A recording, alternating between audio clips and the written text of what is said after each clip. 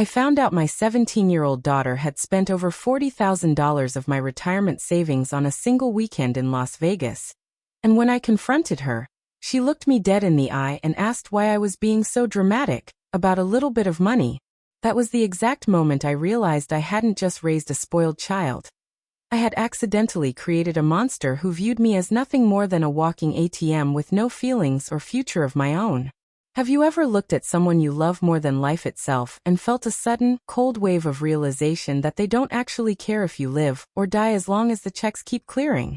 Am I the jerk for deciding that the only way to save my daughter was to effectively ruin her life and leave her with absolutely nothing?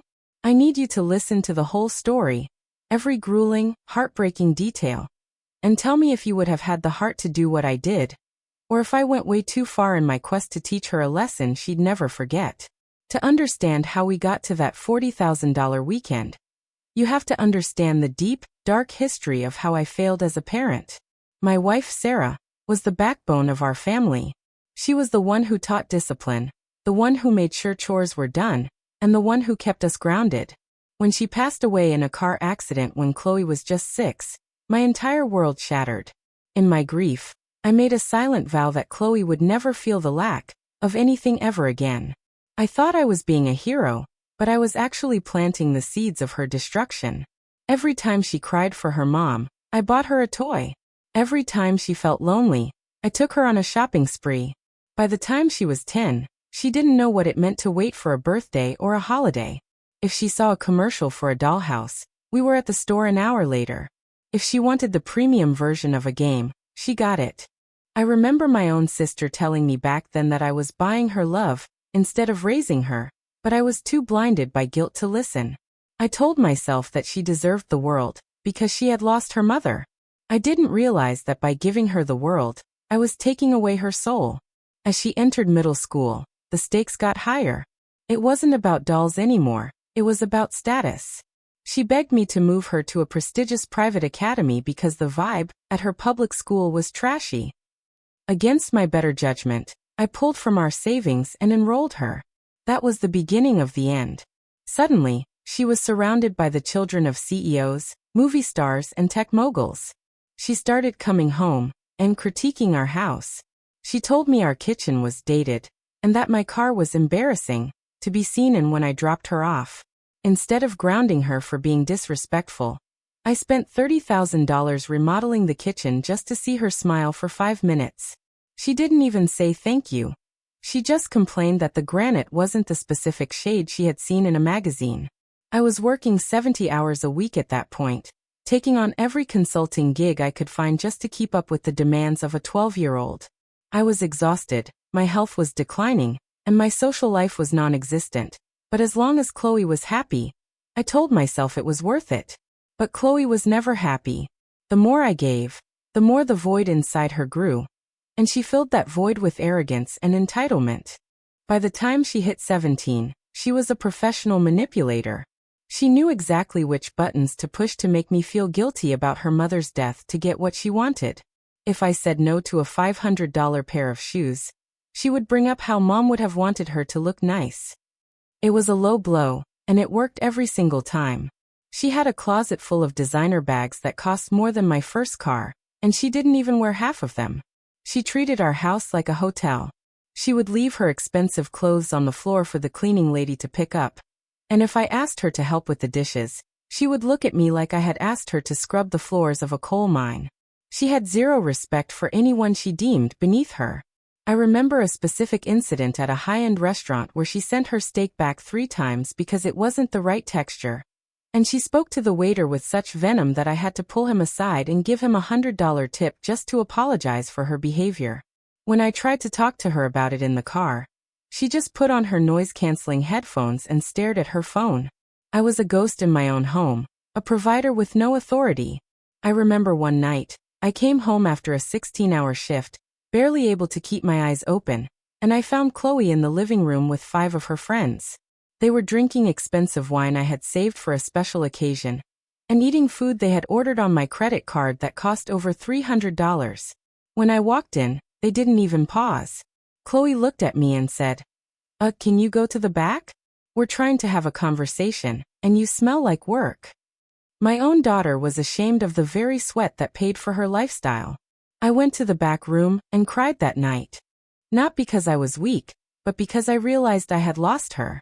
I tried to implement rules, a curfew, chores, a budget, but she would just laugh or threaten to move out and live with a friend's family who actually cared about her. I was terrified of losing the only piece of Sarah I had left, so I folded. I enabled her because I was a coward. I gave her more money to make the tension go away, not realizing I was just fueling the fire that would eventually burn my house down. Then came the study retreat. Chloe told me her school's honor society was hosting a weekend in the mountains to prepare for upcoming exams. She seemed so focused and actually pleasant for once, so I was happy to let her go. I even gave her $500 for emergencies. Little did I know, she had spent weeks plotting. She had watched me open my safe where I kept my documents and a secondary credit card that was directly linked to my high-yield retirement savings account. I only used that card for extreme emergencies, like a medical crisis or a major house repair.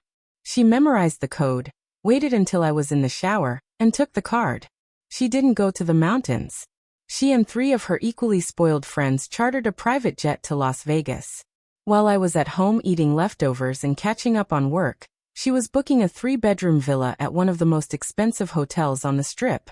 She was buying rounds of drinks for strangers, hitting the high-end boutiques at the forum shops, and living a life that even I couldn't afford. She spent more in 48 hours than I had earned in the last 6 months.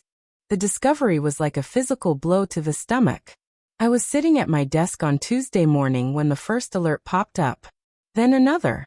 And another. I thought it was a sophisticated hack. I called the bank, and the representative started reading off the charges. $4,000 at Louis Vuitton.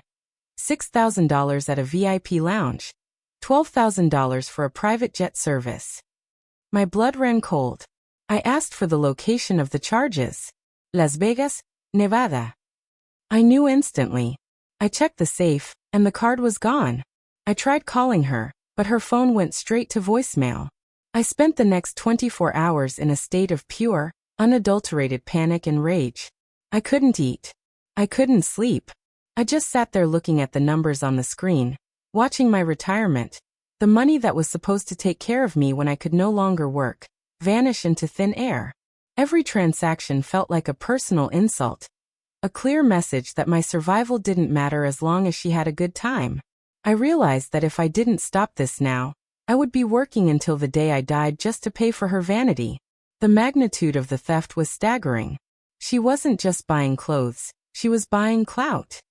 She paid for her friends' flights, their meals, their jewelry. She was playing the role of the rich heiress with my sweat and blood.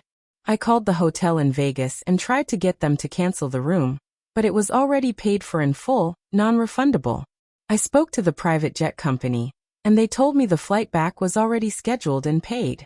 I was helpless. I had to wait for her to come home, while I watched the remaining balance of my life's work dwindle down toward zero. I looked at the photos of Sarah on the mantle, and felt a deep sense of shame. I had failed the one job I had after she died. I had turned our daughter into a thief. I didn't sleep a single minute on Sunday night. I just sat in the armchair facing the front door, the bank statements printed out, and sitting on the coffee table like a death warrant. When she finally walked through the door on Monday evening, she looked like she didn't have a care in the world. She was wearing a new fur coat, carrying 3 oversized shopping bags, and laughing at a video on her phone. She didn't even look at me. She just said, "Oh hey, the retreat was okay, I guess. I'm gonna go nap." I stood up, my hands shaking, and held up the bank statement. I asked her how she could do it. I asked her if she realized she had stolen from my future. She didn't even flinch. She just rolled her eyes and said, "Ugh, are you seriously going to be this dramatic? It's just money, Dad. You make plenty of it. Besides, my friends' dads all have unlimited cards." It was embarrassing that I didn't have one, so I took matters into my own hands. "You should be happy I have such good taste." She actually smiled, like she expected me to be proud of her initiative. She told me she deserved a break, and that I was toxic for stressing her out about finances when she was just a kid. She even had the audacity to ask if I could pay the balance on the card quickly, so she could use it again for a concert next weekend. That was the moment something inside me snapped. The guilt was gone. The grief was gone. All that was left was the cold, hard realization that I had created a monster. I spent that night in total silence, crafting a plan. I realized that as long as I provided a safety net, she would never learn. I had to remove the net. This is where I need you to really weigh in. Am I a monster for what I did next? I didn't just take away her phone or ground her. I decided to completely erase the life she knew. Before I tell you the climax of this plan, I want you to pause. Go to the comments right now. If your child stole $40,000 from your retirement and laughed about it, what would be your point of no return? Would you kick them out? Would you call the police? Tell me, because what I did was so extreme that half my family still won't speak to me. I need to know if you would have the strength to watch your child suffer to save their soul, or if you would just keep paying the price for their mistakes. The next morning, I didn't say a word to her. I waited until she left the house to go brunch with her friends, using the last bit of cash she had hidden in her room. The second she was gone, the dismantling began. I called a professional organizer and a junk removal service. I told them to take everything in her room that wasn't a basic necessity. Every designer shoe, every silk dress, every piece of jewelry I had bought her out of guilt, gone. I didn't sell it all. I donated a huge portion to a women's shelter, thinking that maybe her vanity could at least help someone who actually had nothing. Next, I called the dealership. Her car was a lease in my name. I told them I was terminating it, and to come pick it up immediately. I canceled her phone, her data, her music subscriptions, and her cloud storage. I contacted the private school, and told them she wouldn't be returning for the final semester, and that they should send her records to the local public high school.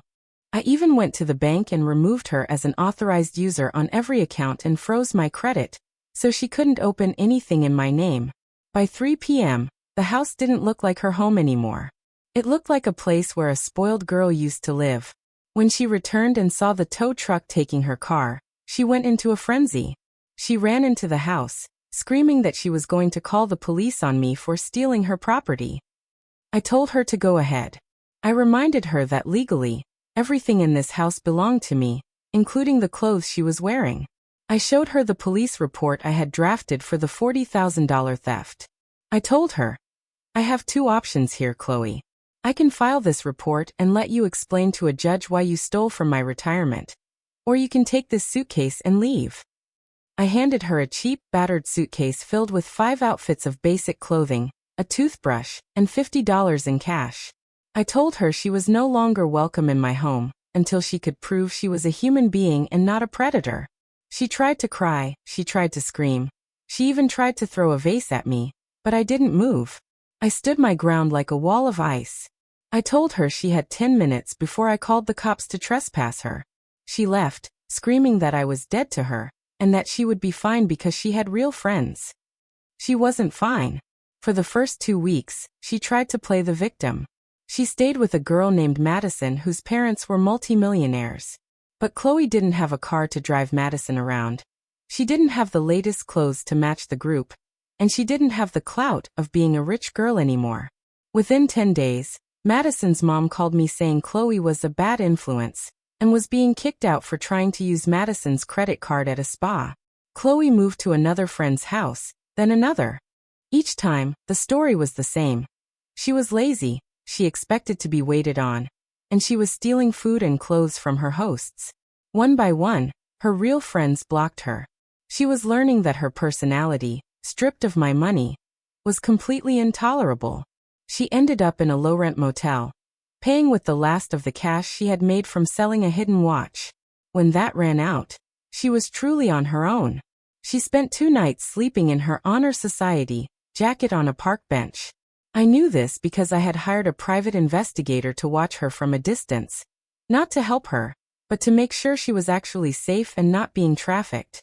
It was the hardest money I ever spent, watching my daughter eat a cold can of beans in a park, but I knew if I went to her, the cycle would start all over again.